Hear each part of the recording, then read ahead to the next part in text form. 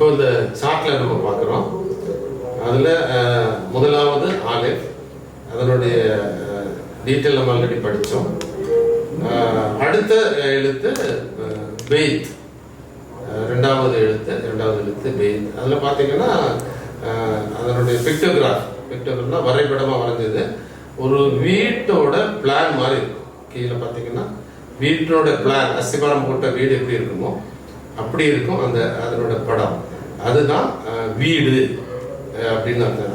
அதுக்காக அந்த பெய்த்துக்கு meaning house, அடுத்தது ஃபேமிலி, அடுத்தது இன் அப்படின்ற அர்த்தம் அந்த வீடு. அதனுடைய சிம்பிள் தான் மேலே நம்ம பாய லெஃப்ட்ல சைடில் திருப்பி போட்டால் எப்படி இருக்குமோ அப்படி இருக்கும். அப்போ இந்த ஆலஃப், அடுத்த லெட்டர் பெய்த்.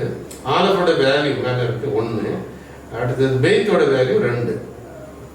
ஆக்சுவலா தெய்வம் லீடர்.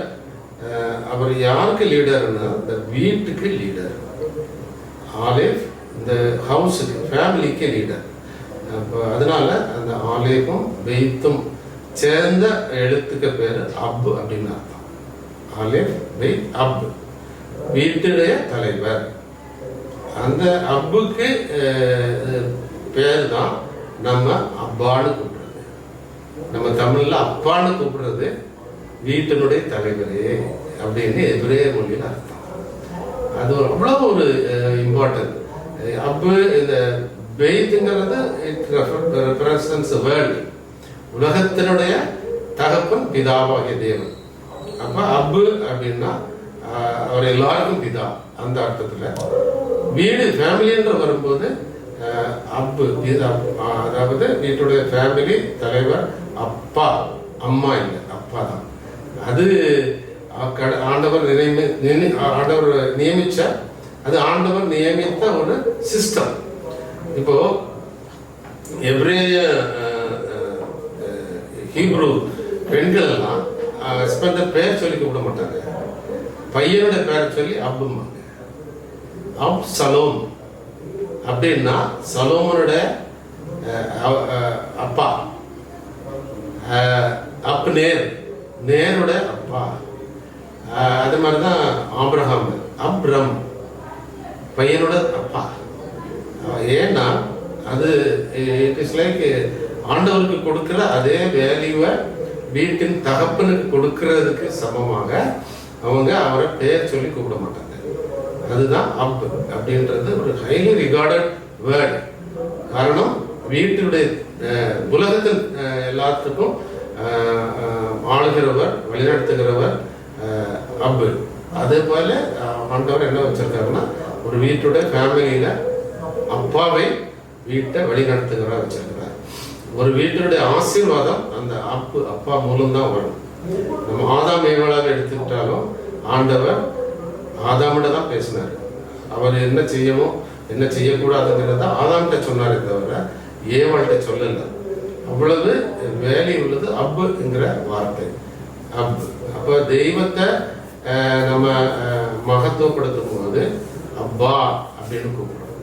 அப்பா பிதாவே அப்படின்ற புத்திர சுகுவாரத்தை நம்ம கூப்பிடுறதுக்கு நம்ம அவ்வளவு வேல்யூவா அப்பு அப்படின்ற வார்த்தையை உபயோகிக்கிறோம். அது ரியலா ஒவ்வொரு ஃபேமிலியிலும் அப்புங்கிற அந்த அர்த்தத்தை உணர்ந்து ஒவ்வொரு ஃபேமிலியில ஒய்ஃப் நடக்கணும். இப்போ வீட்டின் தலைவரே அப்படின்னு ஒரு கணவரை கூப்பிட்டுட்டு அவரை வேண்டாத வார்த்தைகள் எல்லாம் பேசக்கூடாது. அது பெரிய தவறு, சின். அது மாதிரி அவரை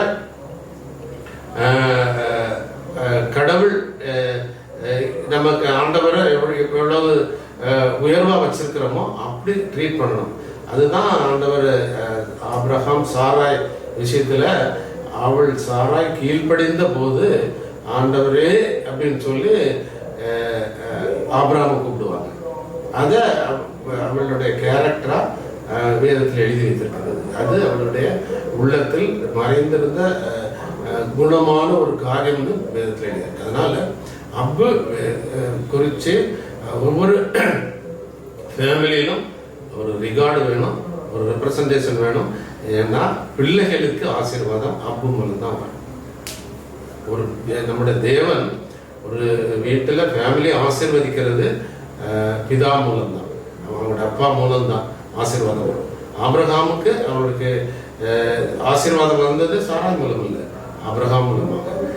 ஆபிரகாம் சந்ததிக்கு ஆசீர்வாதம் வர்றதுக்கு சாராய் தடையாக இருந்ததுனால தான், அவள் கீழ்ப்படியாததுனால தான் இஸ்மவேல் அப்படின்னு ஒரு சந்ததியே வந்தது.